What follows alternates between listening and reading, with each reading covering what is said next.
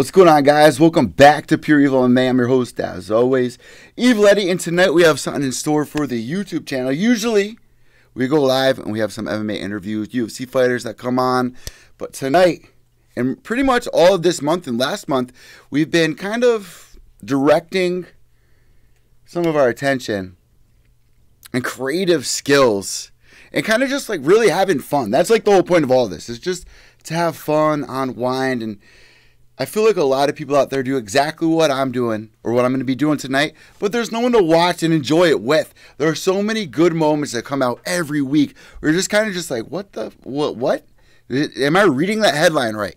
Or, you know, watching YouTube MMA cringe fails or MMA Dana White versus Ariel Helwani. You watch that alone and it's just like, you know, it's funny, but I feel like there's a big gap in the MMA scene that's just missing out on a lot of this fun. So really quick, let me plug the microphone in here. We're going to be diving into the YouTube channel. So let's not waste any time here. Subscribe down below here, guys, on Pure Evil MMA on YouTube.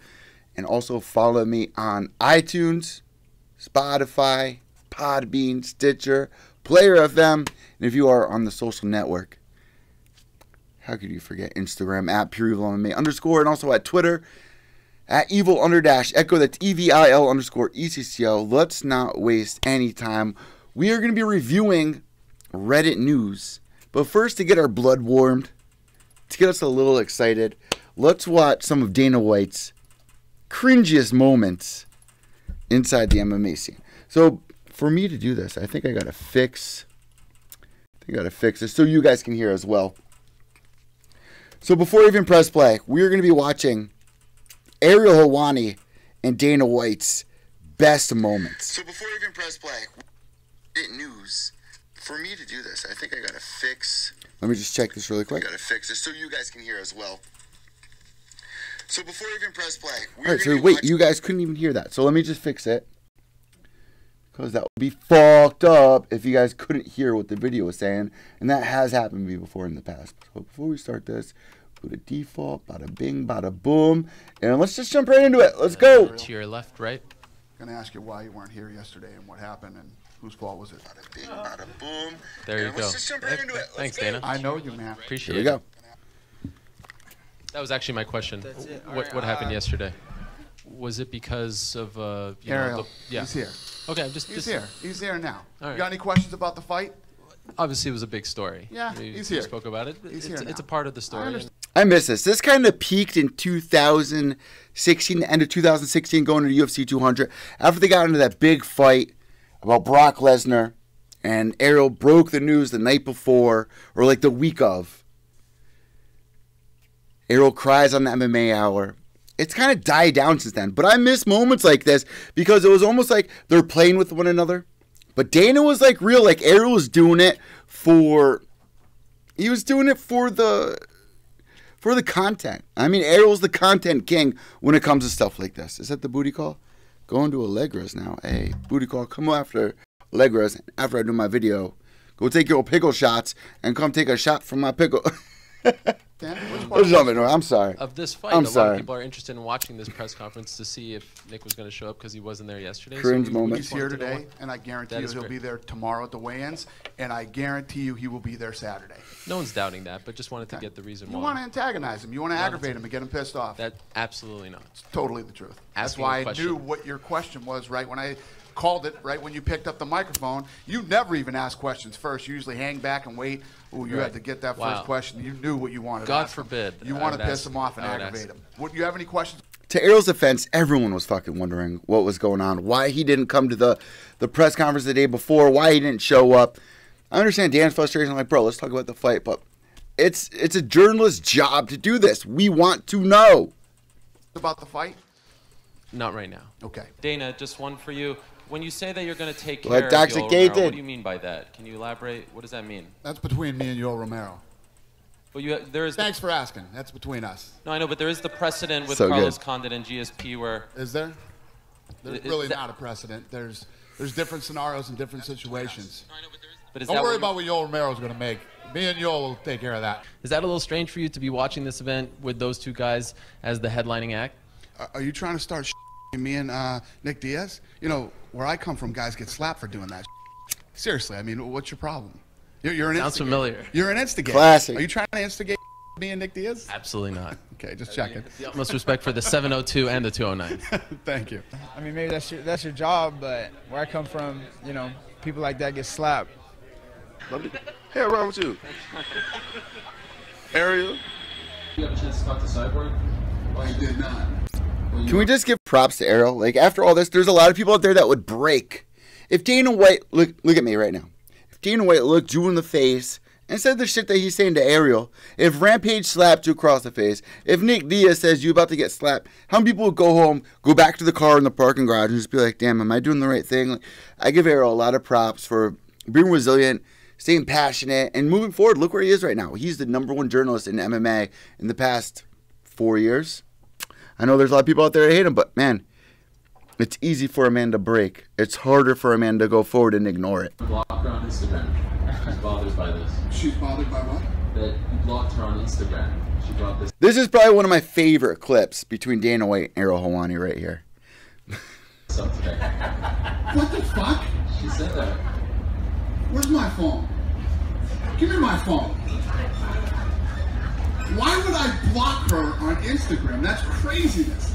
She's following the wrong Dana White. I'm gonna look at this right now. Okay. Can I ask you a question while you do that? Yeah. Or do you want to focus on that? No, I can multitask. Okay.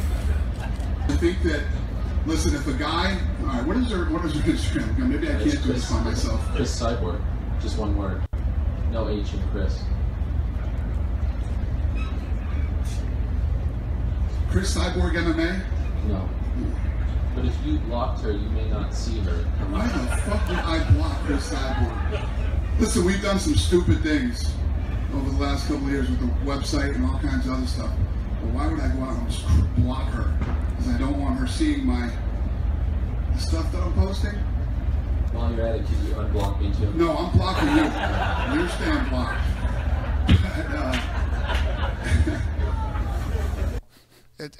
Dana White blocking Ariel Helwani. And this gets into what I was talking about before. Going into UFC 200, you had Brock Lesnar doing all these commercial shoots. Everyone was trying their best to keep it under wraps. Fucking Ariel breaks at what, UFC 199? Or like an event before? I'll never forget when that news article broke. Dana got pissed. Ariel went on his show, said he got roughed up in the back. Went on the show and he cried. He cried. Man, who wouldn't? Who wouldn't? Like, after going through that, I give Ariel respect for going there, sitting in the chair and doing the show. But man, we're never going to forget this moment right here coming up. It's like with this whole Ariel Helwani thing. It's more about, you know, oh, what can I sneak and get out and steal from the fans? You know, the excitement, enjoyment of the fans seeing it when it comes out instead of actually doing some real journalism. So, yeah. Let me about the Ariel incident, which is part of that almost like the UFC has gotten so big. Is that almost a victim of the success of the UFC? Like, wow, man, it's harder to control the narrative than it used to be because well, it's not even about controlling the narrative.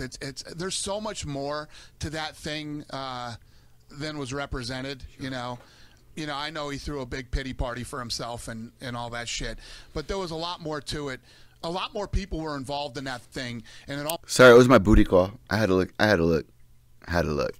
And just by the way. My message to her was, after she said she's going to Allegra's, I said, well, what's your plans though? Want to come over later? Question mark. I like that. So let's see how this all winds. So stay tuned. Find out if Evil Eddie gets sweet victory, or if I'm going to do the L dance. Almost blew up a huge relationship that I wouldn't even get into publicly. Okay. That's why we just came out with a statement. I don't know. It was dirty. He knows it was dirty. And he threw a big pity party for himself. Crying on camera and shit. It's fucking just ridiculous. So it is what it is. None of that shit's going to change. You know, Ariel Helwani knows. I've done a lot of shit for Ariel Helwani. A lot of shit for Ariel Helwani. And it's just, you know. He really has. He really has. And you know what? Ariel has even said that about him. And I'm only going to watch another minute of this.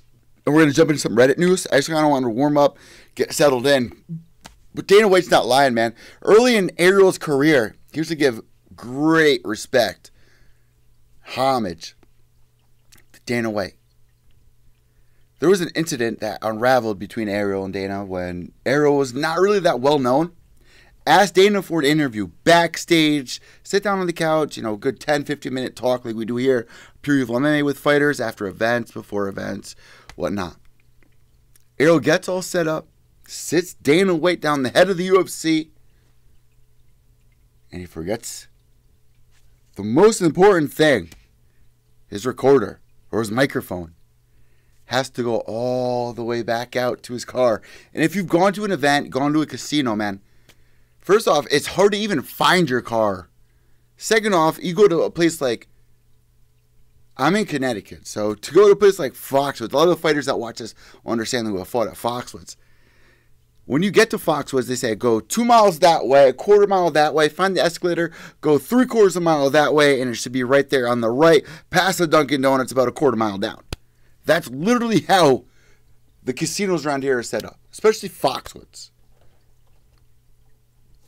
That happened. So Dana White is not lying when he says, you know, I've given Ariel a lot of breaks. I've helped this guy out. I've tried to build his career because it's so true. We're helping the sport out just as much as the company does. When the company comes out, which is why I love Twitter. Like, even if you're not a journalist, even if you're not a media member, even if you're not a YouTuber or a podcaster. I mean, I went to broadcasting school, so I judge myself as a journalist, a broadcaster, and even a tweeter. I even had Coach K respond to me today on one of my clips from a video just like this where I called Coach K out on eating a Rice Krispie treat or eating THC cookies. He responded to me today. Video got 10,000 views. What was it? Where was I going there? Did I just want to say that? I don't know. I guess I wanted to just say that. Whatever, man. But you gave him a pat. But no, Ariel has been helped out a lot by Dana White. So you can't ignore what he just said. A lot of shit for Ariel Helwani. And it's just, you know, whatever, man. But you gave him at the end of the day, you gave him a pass at the end of the day, right? He's also in this situation, if you're a journalist and someone fucking tells you, if one of your sources says, hey man, Brock is fighting UFC 200, which, guys, I called out. Go back down in the playlist. I called it out months before it happened. Months before it happened, that Brock Lesnar, like, as soon as the thought popped in my mind, I stopped in my tracks. I was like, holy shit. That's got to be it. And it fucking unraveled to that point. But if you're holding on to that information, man, as a journalist,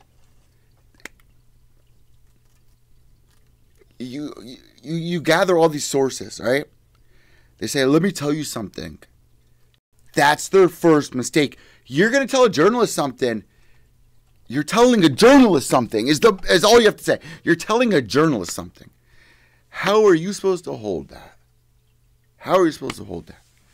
So I understand where Ariel was coming from. But, like, Ariel already got the clout. So, like, why? I don't know. I see it both ways. I see it on both sides here.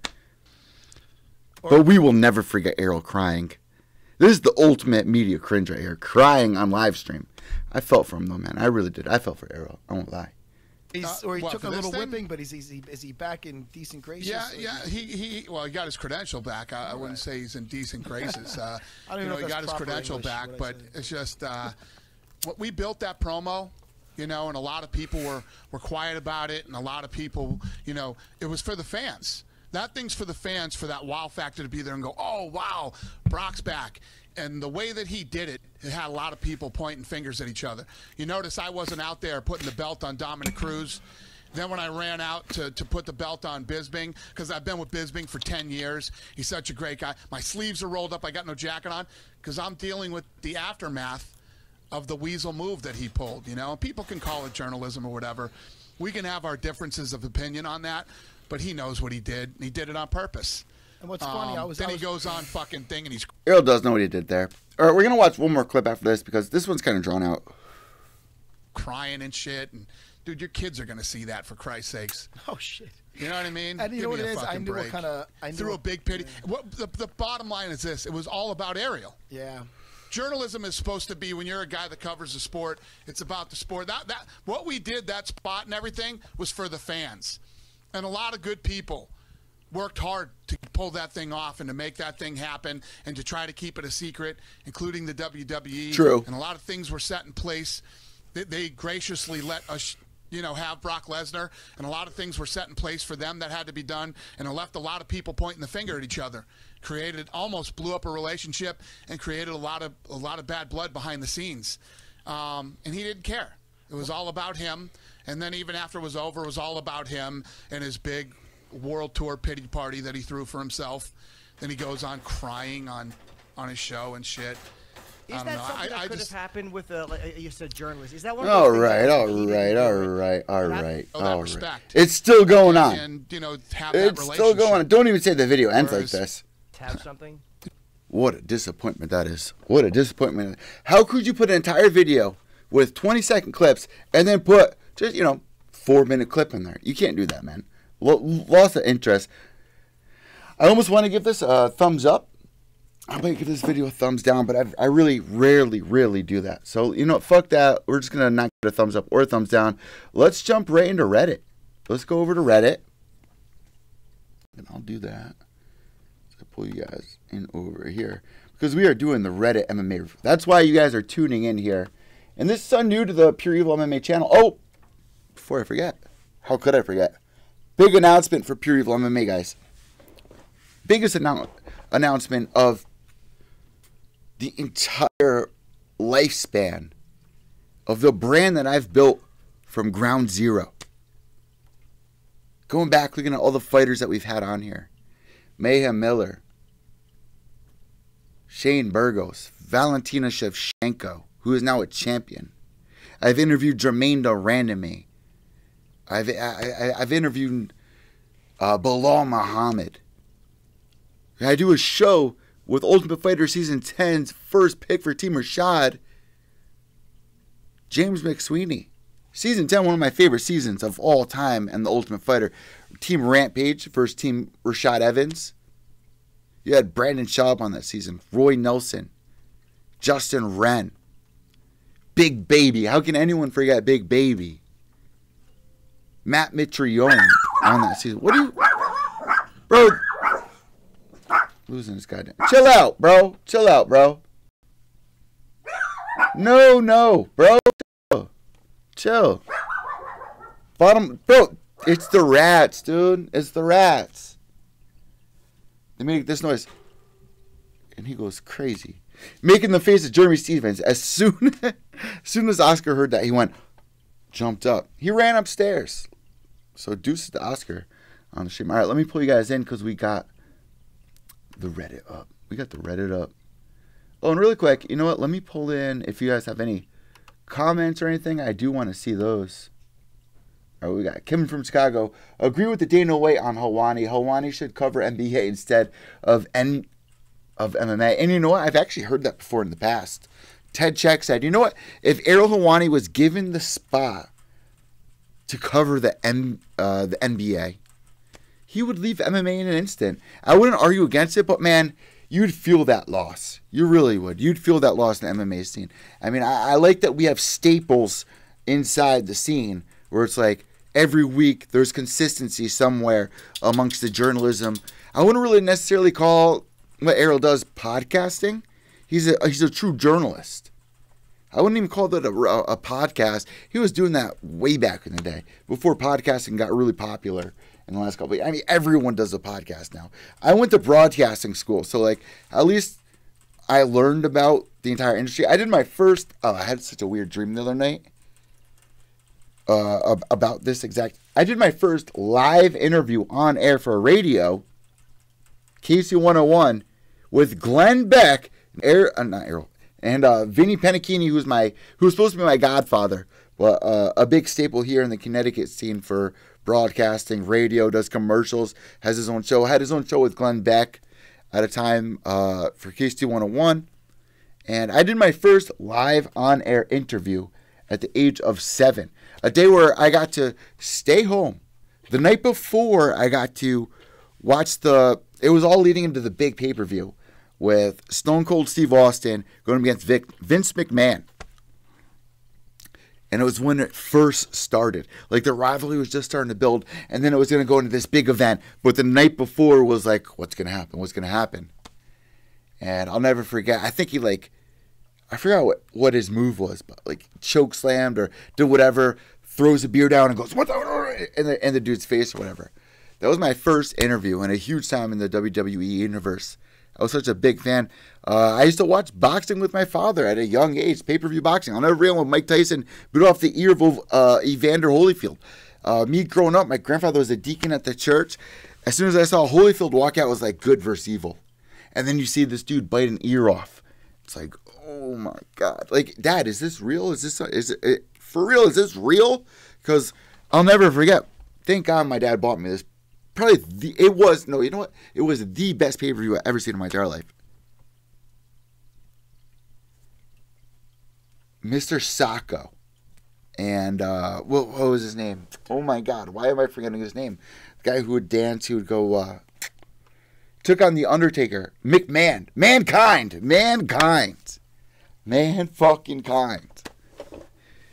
Holy shit. Mankind versus The Undertaker. I will never forget that pay-per-view. But yeah, man, I've been a huge fan and a learner inside the journalism scene. I consider myself more than just a media member. I really feel like this is my destiny in a way. Why am I losing track again? This blunt got me all fucked up. Where was I going with this? Oh, leading to the whole Ariel thing. You know what? I relate to Ariel on that, man. I give him huge props. And it would be a loss if he left the entire scene. Because it feels good, man. It feels good that we have people that we can look forward to every week. Him, Luke Thomas, even Brandon Schaub. There's a whole bunch of Submission Radio. Give a shout out to those guys. There's a lot of them. Even a lot of the underground guys like yourself. Like CHH Boxing on YouTube. I mean, there's all different scenes in the MMA scene. And everyone has their spot. The MMA holes. Big year for the MMA holes. Let's give them a round of applause as well. They'd be at the top list for any broadcasting this year when it comes to YouTube. All right, so let's jump into the Reddit news. Let's see what we got going on here. Mankind was the dude with the sock on. Yeah, Mr. Sacco, bro. Like, I actually bought a Mr. Sacco I live in Connecticut. WWF at the time was WWF. WWE is based here in Connecticut. So they're actually out here a lot. I had Mr. Sacco. Man, I was on the radio a lot as a kid growing up. Now that I go back and think about it, I won tickets to concerts. I went to the movies to go see. Catch this, is a really funny fact about me. When Happy Gilmore came out, I went to Happy Gilmore and I watched it with my dad's best friend, Vinnie Penn. And also Glenn Beck. Yeah, it's a really funny fact about me, especially considering what Glenn Beck has done and how he's kind of left a cringy note. Kind of really fits in here on this Reddit cringe fest, especially with the way we started the show out. But let's fuck the YouTube thing. Let's jump into Reddit. Let's see what news is going on. I want to rate it not as relevance. Transgender MMA. Let's see. Let's go to the newest comments and scroll down. Some of these might be hit or miss, so we're just going to review them, give my thoughts on some of them. You guys can check it in the chat room. Let me pull the chat room in, matter of fact, so you guys can see yourselves. Let me try to crop this up and over here. That should be like above my head. Fuck you, no. All right, let me try to crop that. Hopefully this looks good. Let me just check it on the YouTube channel. All right, so Booty Call says, not sure, I'll let you know. I said, want to come over later? I'd like that. Not sure, I'll let you know. What should I say? Take a few more. Because this girl loves pickle shots. Take a few more. This is going to be bad. Take a few more pickle shots. I'm going to show you. I'm sending this. Let's see if it works. Sometimes you got to be bold, guys. Sometimes you got to be bold. Hopefully she'll laugh at it. Or, I mean, I'm 29 years old. Guys my age, they have a couple of girls. If they're single, they have a couple of girls on rotation. And it's always fun going on Tinder, meeting new girls. And then they come back to the house. You have a good night. They hit you up randomly. There's nothing really attached to it. And you kind of just have fun with it. This is one of them. take a few more pickle shots, and then come over for another. Oscar, come here. Cover your ears. Cover your ears. Just to prove to you guys. Just to prove to y'all. And let me put it into the full screen. This is so cringy. I might have to take this video down. I might wake up tomorrow and be like, bro, you were fucked up last night. What you doing? Not sure. I'll let you know. Take a few more pickle shots and then come over for another. I ain't lying. I ain't lying. This is the what the fuck is going on MMA news. There's a cringe right there. And this girl is of age. Don't worry, she's actually my age. Might be older than me, actually. There's no Ian Kidd shit that broke out this week, which is absolutely disgusting. Like, I told my entire family about that. Like, how disgusting that thing is. Like, you have people like this in the top of the MMA media. When there's people out there hustling, like myself, the MMA host, Nolan King, who's been fading. Like, I feel like, no, I love Nolan. I've known him for a long time. He's been on the podcast a couple of times. But I feel like when people go on Twitter and they get a couple hundred likes and they start feeling confident, they forget about, the people that are cool with them in the media scene, that give them clout, that give them credit, that built them. I'm not saying I built him, but I'm saying, man, I was there along the journey, and like you're on the same page as I am. You're in a different section. I'm not a cookie cutter journalist. I do my own thing. But like someone like Nolan King, man, like I feel like it's so easy for a lot of guys to lose out on where they came from so quick. But there are a lot of good MMA media guys out there that deserve the top spot. Nolan King would be the top runner, in my opinion. He would be the number one pick for somebody to replace like a Mike, even Mike Bond. Even higher than Mike Bond, like high up. Like under Ariel Helwani, somewhere in there, like a Mark Raimondi. I'd rather have Nolan King than Mark, honestly. But Mark deserves a spot. But you have people like this looking at child pornography and shit like that. Like, what the fuck is wrong with you? What is wrong with somebody to do something so sick like that and then go on Twitter and literally design their entire journalist career as somebody that calls professionals out? Rubs me the wrong way, man. He will never, ever be welcome back in the scene, let alone in any neighborhood. Dude, if that guy moved into my neighborhood, all the kids running around here, we already had a murder here in my neighborhood 2 years ago, and they're now trying to resell the house at the top of my street. Go tune into my Instagram. I will post how close this is to my house tomorrow morning at @PureEvilMMA_. Like, if this dude moved into our neighborhood, there'd be issues. There'd be issues. It's almost like the movie fucking Strangeland with Dee Snider, another person that I've grown pretty close to in the broadcasting career before I had a broadcasting career because of my connections in the scene. I was actually there for the debut of that movie and the signing of that movie. So, man, just it's so disgusting. So disgusting. Ian Kidd, what a name too, huh? What a name. What a name, Ian Kidd. Weird. All right, let's go to Reddit.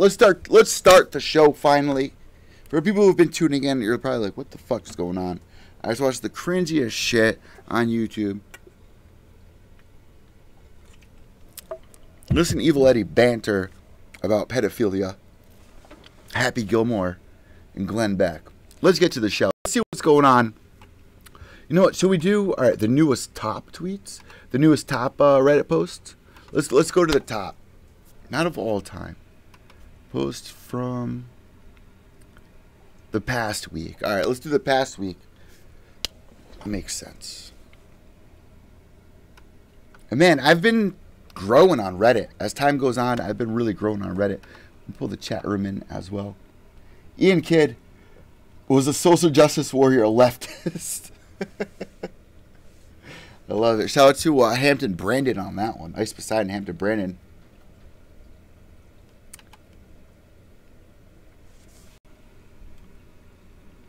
All right, let's see. We got a couple of good headlines here.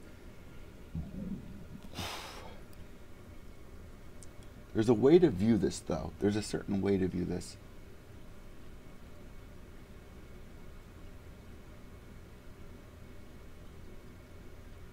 Like, it should give you the option to make it a little bigger. I thought. Guess not. So Conor McGregor coming out saying, I was very happy for Max return, healthy and sharp the other night. This is a big headline considering I'm a huge advocate for seeing Max Holloway at 155 pounds going up against Conor McGregor in the rematch. And Max has made some really great points comparing this to other sports. Like in the NBA, you have an entire team of guys who lost to a team in the finals, then a couple years go on, they get better. Why don't they have a shot once they take out a bunch of guys, gain a championship in the division below? A division that Conor McGregor was champion of. And we're going to get into the whole GOAT conversation in a second off this. Why not match those two up? I would either like to see that. I know there's a lot of talk of him moving up to 155 pounds, but at the same time, for him to be considered GOAT in my book, you stay at 145 pounds and show everybody that there's no one at your level in the division. There's a lot of guys coming up like the beat. Let's look at, matter of fact, let's go at Tapology really quick. And let's look up rankings in the UFC for the featherweight division and see where some of the upcoming guys. I mean, Chad Mendes, Zabit's also coming up. All right, custom. So what we got here. Let's go to, I've never actually gone to Tapology for rankings. Would it be better to go to?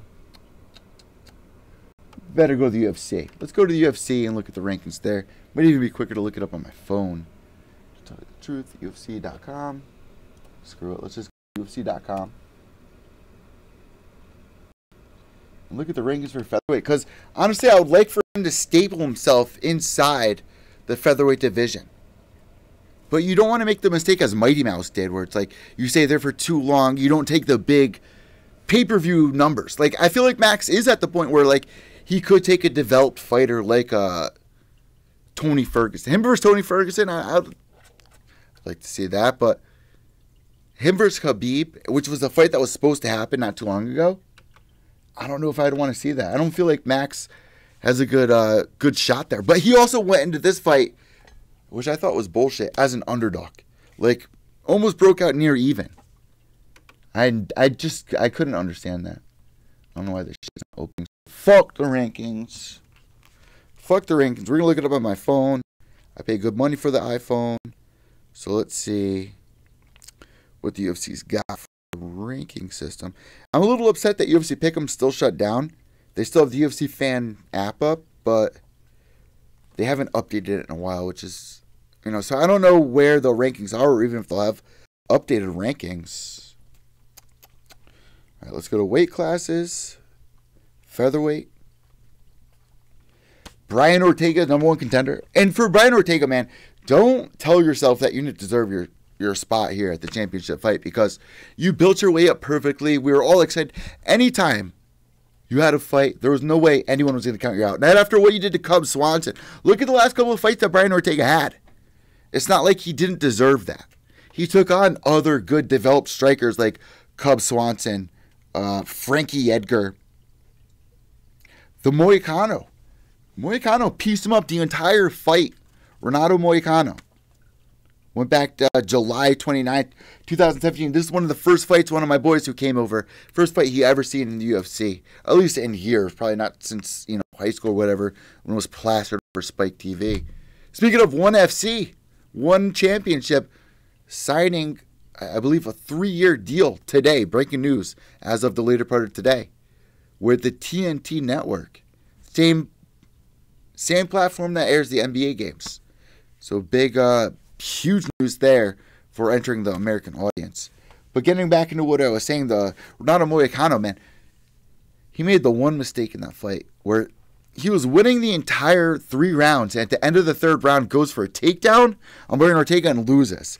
After that, Ortega takes out Cub Swanson, Frankie Edgar. Man, you deserve the title shot against Cub Swanson. And even, I mean, against Max Holloway. Even Max Holloway was taking risks in that fight, where he even tried to do a snap down city on Brian Ortega, which my mind was blown. My mind was blown in that fight. How much confidence Max Holloway had, and not to realize that at any second Brian Ortega could snap in a finish, because he's known for that. And that's what kept up everyone at the edge of their seat. Brian Ortega, you ain't going anywhere, man. You definitely deserve the spot, top 5. Maybe not the number 1 contender. Underneath that, Jose Aldo. Max Holloway beat him twice already. Frankie Edgar, that's a fun fight. Renato Moicano at 4th. I don't know. But another fight, I feel like Max can win. Get another title defense. Jeremy Stephens at number 6. And now we're getting a little bit further down, so it's like, should we give this guy a title shot? But a good win for Jeremy Stephens. He's still in the talks. And he has an upcoming fight with Jose Aldo. No. All right, so yeah. He just lost to Jose Aldo. So these are the old rankings. So this hasn't been updated since July, because it still is an upcoming fight. Oh, no, it says loss. It says loss. My mistake there. Cub Swanson at number 7. Mirsad Bektik at 8. Josh Emmett at 9. Alexander Volkanovski. Ricardo Lamas, 11. Yair at 12. Zabit at 14. The Korean Zombie at 13. Darren Elkins at 15. There's still some guys there that I would like to see Max Holloway defend the title before getting into these high-risk situations, because look at Conor McGregor. He ran through the division. You can say Max Holloway did the same exact thing with the run that he's on right now. But it only makes sense to go up to 155 pounds, take on Conor. No one else, in my opinion. No one else. It's a higher situation. Conor McGregor did that. Yeah, he looked phenomenal against Eddie Alvarez. I have the poster right here behind me. Phenomenal in that fight. Everyone was talking about Conor McGregor leading up to that fight and afterwards. Huge night, magical night at Madison Square Garden. First time to have a UFC card, let alone pay-per-view, in our city here on the East Coast. Represent CT 203, standing in between Boston and New York. We got people like Mikey Kimball fighting for the 203. That was huge. That was a huge card for Conor McGregor. Then after that, moving up even further into the boxing scene, losing to Mayweather. He probably doesn't lose any brownie points there, but come on, he did. He really did. Even though it wasn't a UFC fight, he lost the fight. And then he comes back to UFC, his big return, fight Khabib Nurmagomedov, another step up in competition. I never wanted to see this fight. We all knew in the back of our heads what was going to happen here. And it played out. Max Holloway was even saying, he didn't do that bad against Khabib. It just shows you how brutal Khabib Nurmagomedov is. He's not that big of a guy. I saw a picture of him and Joe Giannetti standing next to each other. I'm about the same size as Joe Giannetti. You can see it in our interviews together. Khabib Nurmagomedov looks like the size of an 18-year-old built boy. You know what I mean? Like, he doesn't seem like that big. He doesn't seem that big of a person. But what he's able to do in there, it's scary, man. It's scary. And I didn't want to see Conor take that fight, return to the octagon after 2 years. Max Holloway, on the other hand, there are other contenders I would like to see him, like Tony Ferguson, high risk. I'd rather see him defend the title at 145. So let's move on here with this headline, because I don't know, the only fight there for me is Conor McGregor. Chad Mendes takes a takedown. All right, let's see, because some of them are just like flashbacks here on Reddit of old fights that they're highlighting. Valentina Shevchenko's bloody thumbs up for her most recent fight. Man, what a huge win for Valentina. I've interviewed Valentina multiple times here on Pure Evil MMA, so it's so relieving to see her finally get the shot after being so close time after time. The Amanda Nunes fight, she still thinks she won that fight. A lot of people out there think she won that fight. I may have been biased. I thought she won that fight. Finally, she gets it, and against very credentialed championship UFC fighter in Joanna Jędrzejczyk, who did move up a weight class.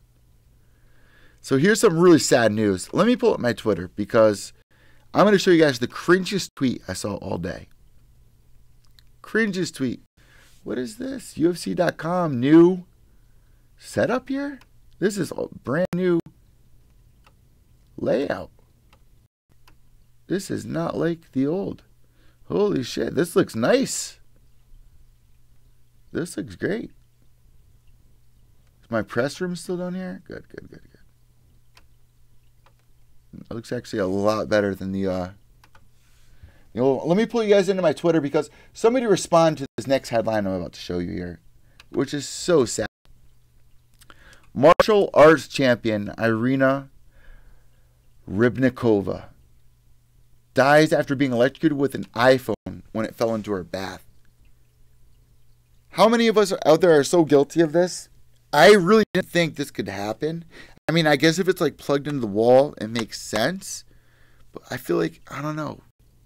I feel like technology is so past that point where it's, if my phone falls into the bathtub. I mean, I have an OtterBox on mine. I don't even know if that makes it. But like, for it to kill you. Holy shit. Holy shit. This is a scary headline. And some asshole on my notification feed trolls me when I posted this. Wait till you see this comment. Because this guy deserves to be blocked. Like immediately. Immediately deserves to be blocked.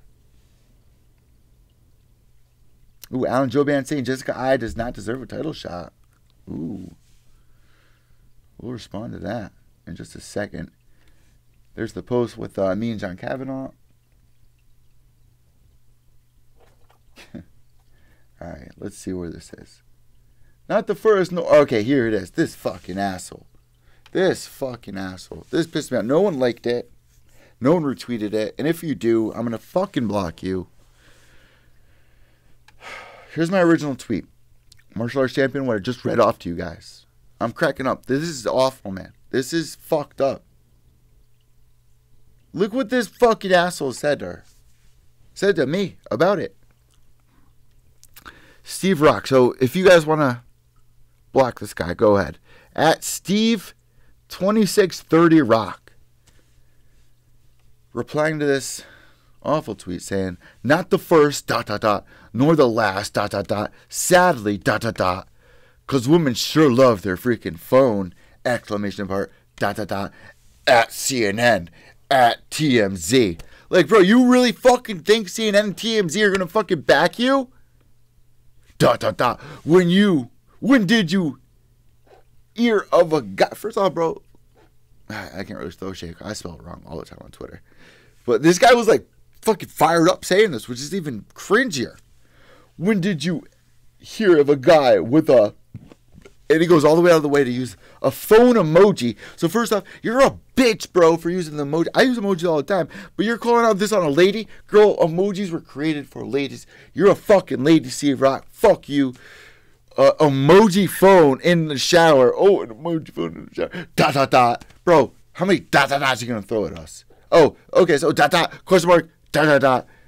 And it's the same at the wheel. ... 95% of women do it. ... Guys, ... Only the idiots, ! So, recipes, ... Without your phone, !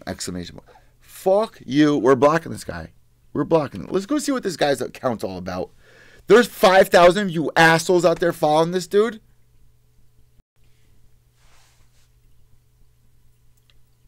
There's 5,000 people following this dude. You have to be kidding me. What is his profile picture even of? Sandals, a helmet, one glove, and a couple of dumbbells. Wow. Wow. Let's see what else he's tweeting about. Mark and J-Lo have long moved on to their marriage, but remain close. A lot of female posts calling out 19 years ago today, this beautiful gal said yes. Best years of my life, still counting. Oh, so it seems like you're tweeting a lot about females here, bro.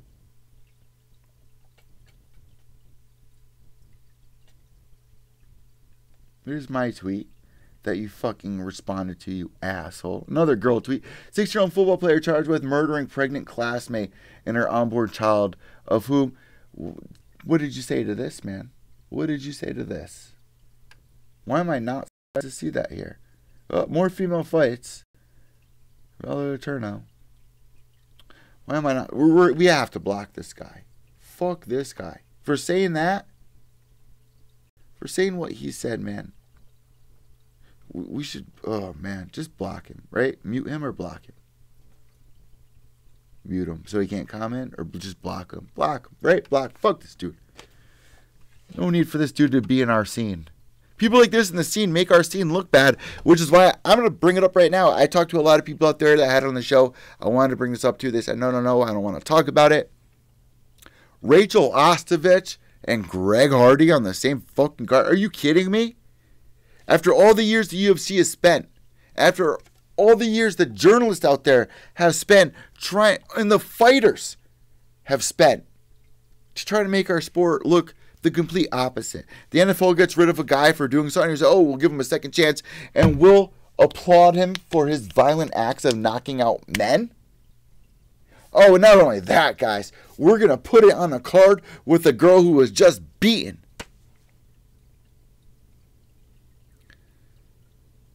What the fuck is going on? This is bringing more attention. This is making it look even worse. If I was even Greg Hardy, I'd be mad about this. Like, guys, I'm off this card. I want nothing to do with this. Let this go in there and have a redemption. I'm trying to move on with my life.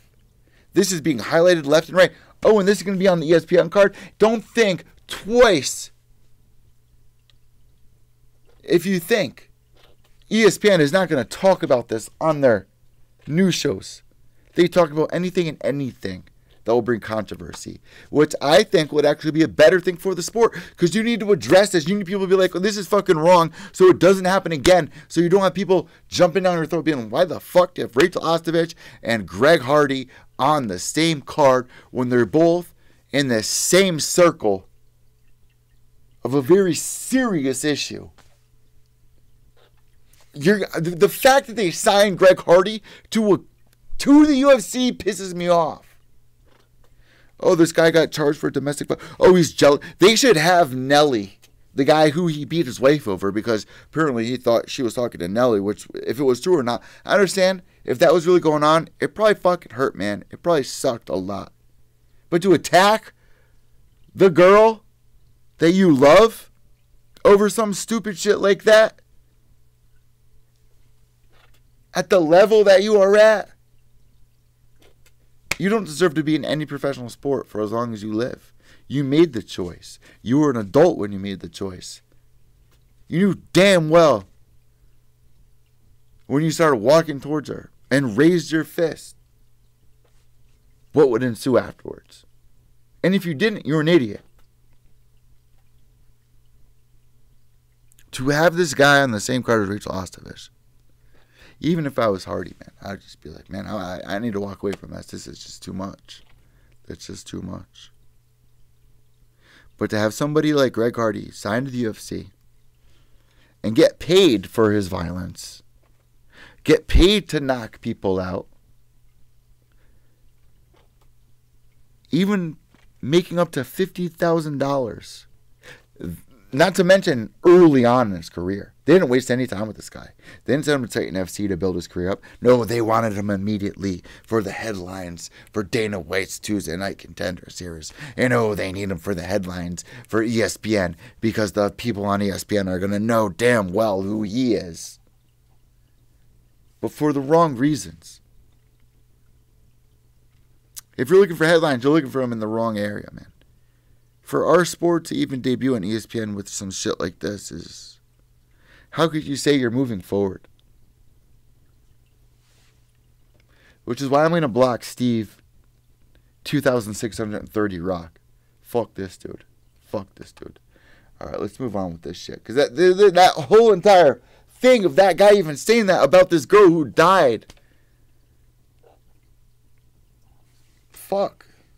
Fuck you. Fuck you, bro. Fuck you. Fuck you, bro.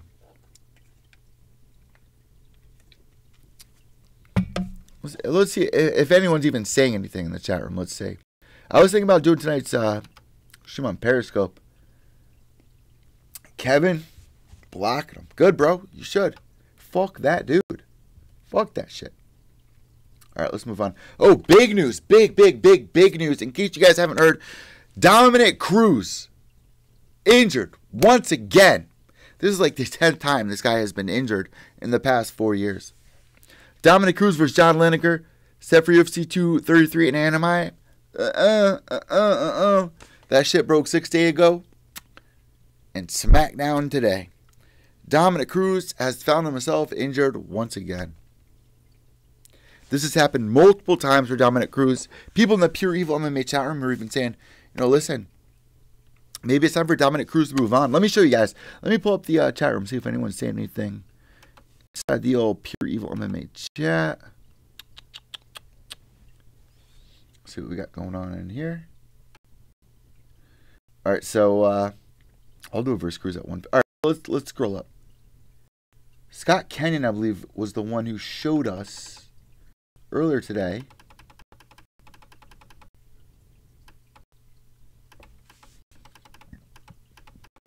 Dominick Cruz got injured. Did I pass it? Let's see what it is. Damon Martin. Oh, and shout out to Miles, man. Getting your dog put down this weekend. That's been around your whole life, man. My heart goes out to you, bro. Even having to put down some of my rats before in the past. Putting down my dog as a kid growing up. Losing anything that you're attached to and gives you that sense of just comfort is hard to get rid of, man. Because it's stuff like that that make life worth it. So I'm really sorry to Miles Hutton for... that's a big decision to have to make. It's a big decision to have to make. Oh, okay, so I get the picture now. That's him and... Oh, that's crazy. That's him and the puppy. Oh, up here we were talking about that tweet. All right, let me just talk about it. John Kavanaugh called me the fuck out. No, wait. I called John Kavanaugh out today from the last video that I did, calling out John Kavanaugh for saying he did not know he was eating THC treats. John Kavanaugh, Coach Kavanaugh replies saying snitches get stitches. 500 likes. People are going crazy about it. Here's what I had to say. And you guys can watch the actual video. Mistake. Oh no. Pot cookies? Let's see how tonight goes. First off, I'm calling bullshit right there because stay right there. You guys stay right there. Stay right there. So I fast forward, I go outside, I get my Rice Krispie treat, which I'll take another bite up right now. Right here in my hand. Let me pull this out. I'm calling bullshit on Coach K, man. You want to enjoy the pot? Enjoy the pot. Don't lie to us about it, though, bro. You ain't gotta lie. Right here in my hand, I got a THC Krispie treat. I had a couple of them. Gave one to my boy. As you can see right here, you can't smell it, but right off the smell, this goes for cookies, brownies, butter. You're gonna fucking smell the pot and the edible. Let me just take a little. If you guys want to see the whole video, it's right down below on the playlist. Kavanaugh replies, and it made my fucking day. Well, let's go back.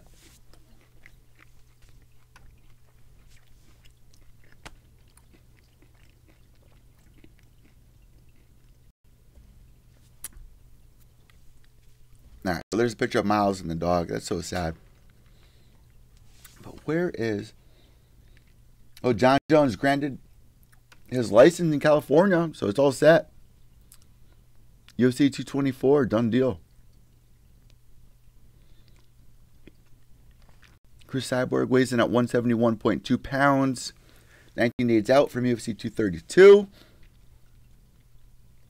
Oscar De La Hoya discusses Golden Boy MMA pay-per-view numbers, fighter pay-per-view. And what are you guys saying? Is this... Oh my God, Oscar is at the cringiest. Best again. hasn't got a clue about MMA. All right, let's watch it. Let's watch it. 2 minutes and 4 seconds. Let's dive right into it. That's actually really fucking good. Where is that shit? I was going to save this for like a good night, but after smoking this blunt, ooh, shit's good. All right, let's jump into it.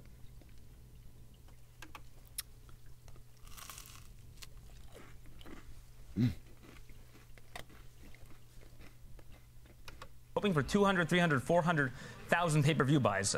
Reports from the LA Times indicate that the number was more close to 30,000 buys. Would you say that this was a failure or at the very least a hiccup? No, not at all. I mean, look, first of all, the LA Times is wrong. And second of all, they didn't count our digital buys, which far exceeded the linear buys that we did. So those reports are false. What was the digital number like, if you don't mind me asking? It was a high number. Let's just put it that way. Dana White's been pretty critical. Has it broke how much money Tito or Chuck Liddell has made from this fight? Because I remember before this fight even went down, they were saying this is going to be the most they ever made in their entire career. Then they get 25K buys. Has that broke yet? Let me know. You of late, he's called you a bunch of names, but one thing he did say that might be argued is that Chuck Liddell shouldn't have been fighting in that fight, that he shouldn't have been commissioned, given that he was almost 49 years of age, looked terrible in the fight. Would you look to do something with Chuck Liddell again if he was interested? No, look, I mean, he was commissioned for a reason, obviously. Look, the true. He passed his test with flying colors, but if Dana White wants to criticize the fact that I you know, put a show together for Chuck Liddell and Tito Ortiz, it's because they wanted to get paid. They wanted to make money.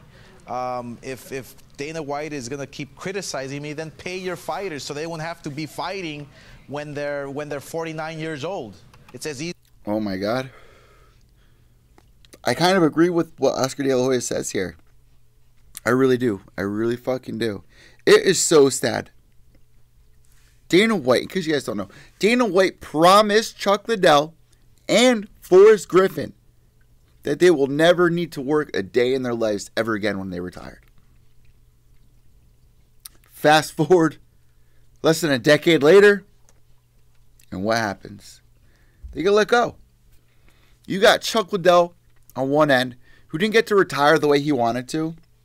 He was kind of forced out of the game, kind of, you know, shuffled out the door. And he was like, you know, let me get it one more time. Oscar De La Hoya gave it to him. A lot of people gave him the warning. He went through with it. Oscar De La Hoya put it on. It is what it is at this point. We saw the outcome. If Chuck Liddell went in there and looked a little bit better, not so flat-footed, not like a 50-year-old man pretty much, maybe we wouldn't be so cringe at what we witnessed. Because after that, man, I really even think this promotion is going to continue. Oscar De La Hoya makes a point here. These two wanted to get paid. They went to Bellator, pushing out, because Chuck Liddell is the guy who wanted to really make this fight happen again. For the past couple of years now, they faced off. Chuck made a tweet saying, "What if?" And everyone started talking about it. People were against it. People were for it. And don't fucking look at me right now and lie and say, when you saw these two making the walkout again, facing off again under Oscar De La Hoya's promotion, that you didn't feel, well, you probably felt one of two ways. And I felt both ways. I felt very nostalgic. All my dad's friends know who Chuck Liddell is. My dad's friends even had their sons shave their heads like Chuck Liddell when they were like 2-3 years old. My dad's also a biker guy. But you felt nostalgia, and you almost felt like you were in a different dimension in a way, because you never thought you would be able to see this ever again. Oscar De La Hoya makes a great point here. For two reasons. Because Chuck Liddell was never able to get that out of him. And number two, the fighters in the UFC, there was a tweet I tweeted out today saying that fighters, like 40% of the fighters in the UFC or something like that, 30% of the fighters in the UFC, probably more. Let me see what the tweet was, and I'll see in a second. We're going to go stumble on Twitter in a second, but get paid less than the normal income for a normal family. How sad is that? When you make it to the UFC, you think you made it big time. We had people like Shorty Torres when the flyweight division got cut, and he tried to keep his head up, his chin up about it, saying, no, once I got to the UFC, it wasn't what I always wished it would be. It wasn't this magical fantasy land where it was like, I made it. But at the same time, like to me and a lot of fans out there, you say, oh, I fight for ONE FC compared to saying, oh, I fight for, you know, if you're sitting down Thanksgiving dinner or Christmas dinner, and you're like, oh, Chris, what have you been up to? Shorty, what have you been up to? It's like, oh, I'm fighting for ONE FC now as a pro MMA fighter. Oh, that's cool, Chris. Oh, I'm fighting for the UFC now. Oh, it gets a different reaction. People still think UFC is MMA, which is sad.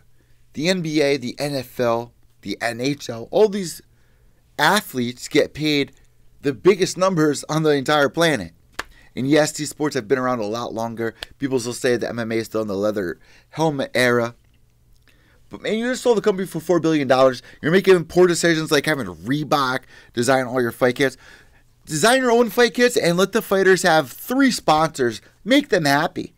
Let them make an extra $100,000 on fight night after what they're getting paid from working for you, putting on all the entertainment. Let's not forget, yeah, the production team puts a lot into it. The company puts a lot into it.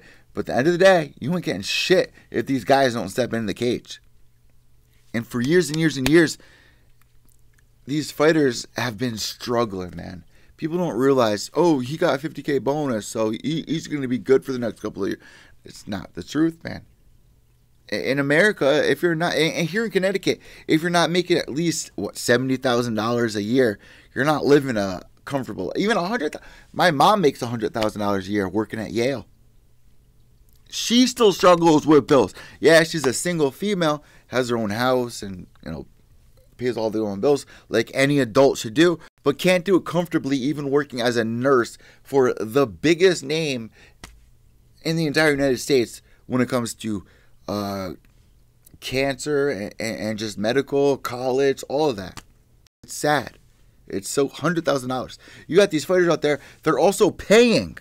Not only are they making money, but they have to pay a shit ton of money to go to the gym, get training partners to get ready for the big fights, bring in bigger fighters for bigger fight. A lot goes into it. Dieting, nutritionists, a lot. People don't understand it, and it's sad. So I understand where Oscar is. Sorry for that little rant, but it's the truth, and it's something that's been bothering me and a lot of people out there, and why I really hope that, you know, even if we go to ESPN and it brings in more views, we get more pay-per-view buys or whatever it is, that money's not even going to barely go to the fighters. It's so sad. Get rid of Reebok. It will solve a lot. These fighters will get at least a couple more $1,000 a year, and every 1,000 counts. Every 1,000 counts. Easy as that. And so as long as Dana White's not paying his fighters, I'm going to continue promoting MMA. Well, you say that, but there were guys on the card making $1,000. Well, those guys were amateur fighters. Also, Oscar just got called out right there. I did also hear this break in the news that people on this card, I don't know exactly who, but you had people on this card like Tom Galicchio, who was on season 22 of Ultimate Fighter, also on this season of Ultimate Fighter Redemption Series, 2 or 3 seasons after, fighting on this card, saying other UFC fighters on this card made less than they ever made in the UFC. So did Chuck and Tito are the only guys that got a good sum, and not even that much.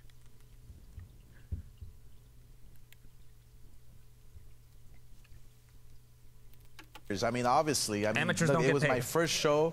Amateur fighters don't get paid money. And he's true. He's true. Amateur fighters don't get paid. Amateur fighters don't get paid. He's true. The 4-round fighter, or 3-round fighters. But they're all 3-round fighters. It was my first show. Every fight on the card was 3 rounds. My first show. It was my first show. It was a great success, and I'm going to continue doing MMA. Oh, that's the end of the clip? That was 2 minutes? Holy shit. I don't know how cringy that was. It was a little cringy, but I actually agree with what he was saying there. But then again, he didn't have the money to really back it up. So I understand that as well. Whoa, what the fuck was I going into the chat room for? What was I trying to look for? The Dominick Cruz talk, right? All right, so Scott Cannon breaking the news. Disaster appears to have happened to have struck once again for Dominick Cruz for UFC 233. Cruz is injured again. Not like him at all. Retire Cruz. Which you guys will never, ever hear me say for a fighter retire. I will never, ever, you'll never hear that come out of my lips. I'll never press for a fighter to retire, but I could see Dominick Cruz doing something else. He's established. You might not be a fan of it. I might not be a fan of it. You guys can even see that. I'm not going to admit it. You guys are going to call me out on it anyway because I even said it in the chat room. I'm not the biggest fan of his commentary either, though he comes off like a cocky asshole. I only let Cruz Snapchat with his dog Dojo, which is true. Pat saying Aldo versus Cruz 145. Cruz should move up to 45 pounds. I don't know. I wouldn't mind that. Maybe that's a better idea for him, but he's getting injured during training, time after time again. It's got to be frustrating, especially everything that he's went through. I don't know what the next move for Cruz is here, but maybe moving up in weight class is definitely an option. All right, let's give a couple more minutes here. We're an hour into the stream. Holy shit. Hannah Gracie tells battered Brian Ortega that he will not let him die in the cage just before the doctor's stoppage, which I'm really happy to see that. Michael Endzone, he didn't know their names. Liddell. Chuck Liddell. Chuck Liddell. Totally true. I don't think that promotion is going to continue either. I really don't. I don't see that doing very well. Even though Tito is kind of all for it, I don't really see it going anywhere. Michael Bisping will be on the podcast on the 11th, which was today, which I just missed. So I'll probably check that out after here. Spoiler, Tony Ferguson opened to fighting UFC 231 main event winner, which was Max Holloway. Dana White said that he asked Max Holloway to move up to lightweight due to his weight cutting issues, while Holloway wanted to stay at featherweight. White hopes that he moves up to lightweight, win or lose, following UFC 231. This was posted 5 days ago, so before. Oh, it's the same fucking guy. Who is this guy? The same guy that posted the last Oscar De La Hoya tweet. Huh. Weird. Unless it's a new profile picture. Where does this come from? Why is this an MMA subreddit? How fucked up is it that my parents punished me because I messed up my concert? Okay. Ben Wen. Ben 10 has been released by the UFC. So sad, man. So sad. I've always rooted for Ben Wen. A lot of guys got let go of recently. Overlook stat from Luke Thomas. This is Thiago Santos' 5th fight, 2018. Impressive. Very impressive. Ariel Helwani saying Mirko Crocop versus Roy Nelson set for Bellator 217. That should be exciting.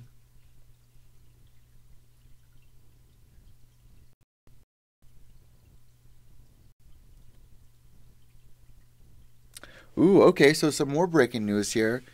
John Lineker could be fighting, possibly be fighting Cody Noloff as a replacement for Dominick Cruz. There was some really weird news that came out this week during the pay-per-view event, I believe, where the UFC tweeted out a picture of like an intercontinental belt with Canadian flag and the US flag. I have no idea what that is about. Maybe the Intercontinental Heavyweight title? I would like to see that. Maybe it has something to do with Brock, people were saying. Have 2 different kinds of heavyweight titles. That could be kind of interesting. I don't think you can really get away with that with the lower. People are even saying maybe even GSP could be the 165-pound title. GSP versus an American. Interesting.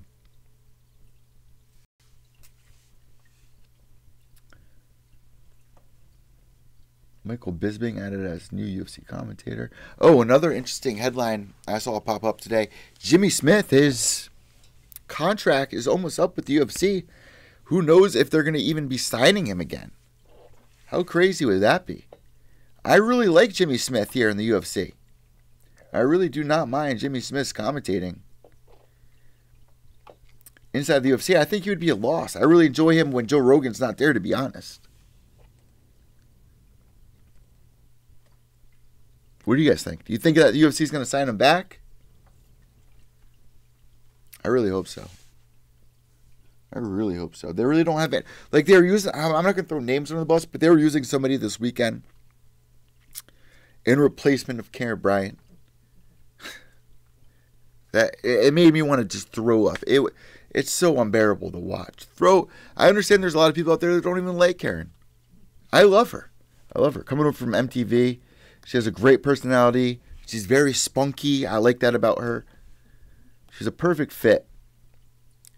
And she's getting better and better every year. And to have her replaced by who they replaced her with was just, oh my God. Oh my goodness. All right, let's give you guys another couple of tweets here. A couple of Reddit posts before we sign off. Michael Johnson eyes a beat. I would like that. I'm not even pronouncing this guy's last name. I don't think I'll ever pronounce his last name again. When you guys hear me say Zabit or any journalist say Zabit, you know damn well who we're talking about. UFC 232, Michael Johnson versus Zabit. How about that? All right, let's click on this because this is a touchy subject. Let's just click on it and see what people are saying. MMA journalist Ian Kidd convicted for possessing indecent images of children. So, 984 images, 496 videos, and 7,689 pictures of extreme pornography. What does extreme consist of? Francis Ngannou dividing 4 escorts as full speed. That's a good one. I don't mean to laugh, but that's a good one. That's a good troll question answer.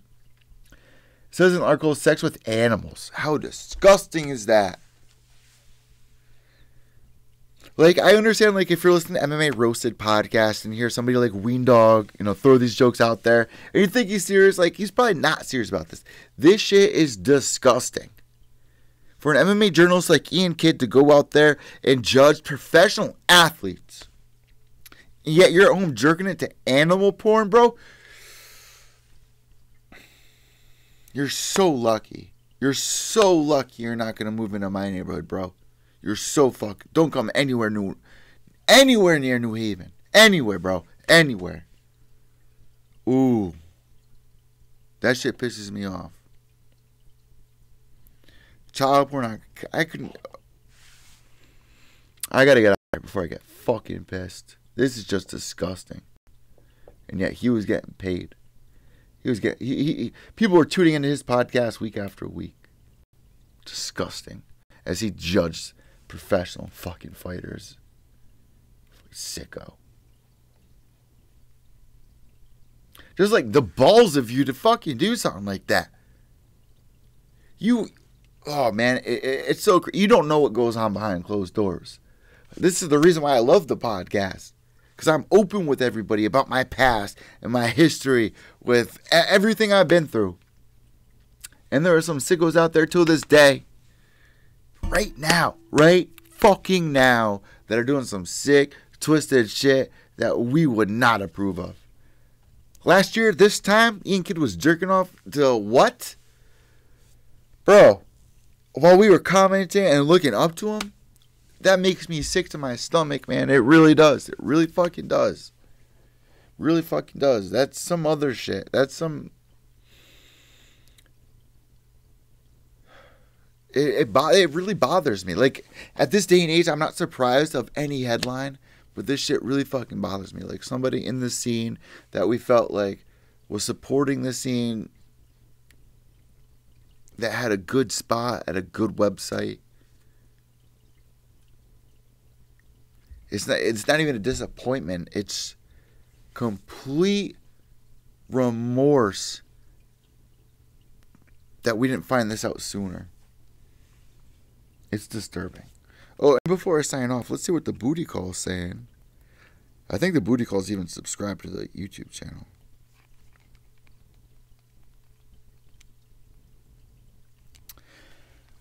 We'll see. She didn't respond to my last tweet. She did not respond. Or did she? Did she? Did she respond to my last tweet? No. She didn't. Alright. That last one.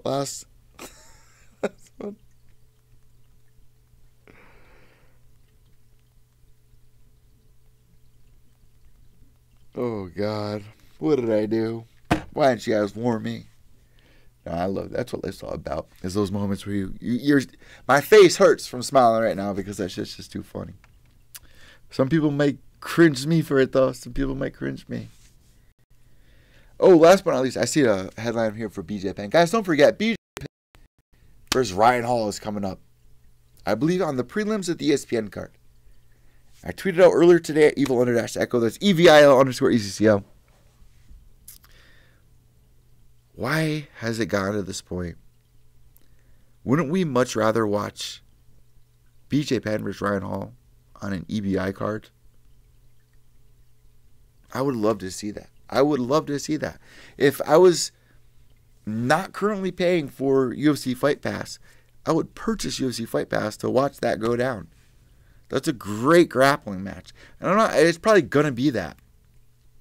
It's probably just going to be a straight grappling match. But at this day and age, just to see BJ on the preliminary card is hard. It's hard to see. All right, guys, that does it for the Reddit is that the Reddit cringe? The news review. We opened the show watching Dana White. I'm trying to do some more YouTube content for everybody. Get some clips for the gram as we review, topic by topic. But this one was a real cringer. There was a lot of cringy news here. Between that kid saying that disgusting comment about the girl passing away. Ian Kidd, we're talking about. Opening the show up with Dana White, Ariel. And that 5-minute video clip that didn't need to be there. They could have ended the video way before that. What else happened? Sad moments. Hope you guys enjoyed it. Subscribe down below here on YouTube. I think I'm going to do this next time on the Periscope channel because we get thousands of views on there. I think that's where my niche is. Doing this on Periscope for people to tune in on their phone because YouTube, I don't know. Something's going on with YouTube right now. It's just like I'm trying to build the channel as much as I can. Hopefully shows like this will help. My last couple of videos got over 100 views, which is good. Step in the right direction. But the podcast getting 2,000 downloads in a week, why isn't the YouTube channel doing as well? We're going to figure it out. Hopefully this video will get some views. So give me a thumbs up if you enjoyed it. It would mean a lot. Subscribe if you're a new member here on Pure Evil MMA. We got giveaways coming up for every listener, not just the chat room. Subscribe down below, guys. I'm Evil Eddie from Pure Evil MMA. White knuckles to the end. Remember, without evil, there could be no purity. Behave yourselves. And fuck Ian Kidd. Block that kid. Oh, he deleted all of his media and his content. People deleted all of his podcasts. But, man, don't you ever, ever, ever come back around the MMA scene, bro. Ever. And you'll get what you deserve. Sorry you didn't behave yourself.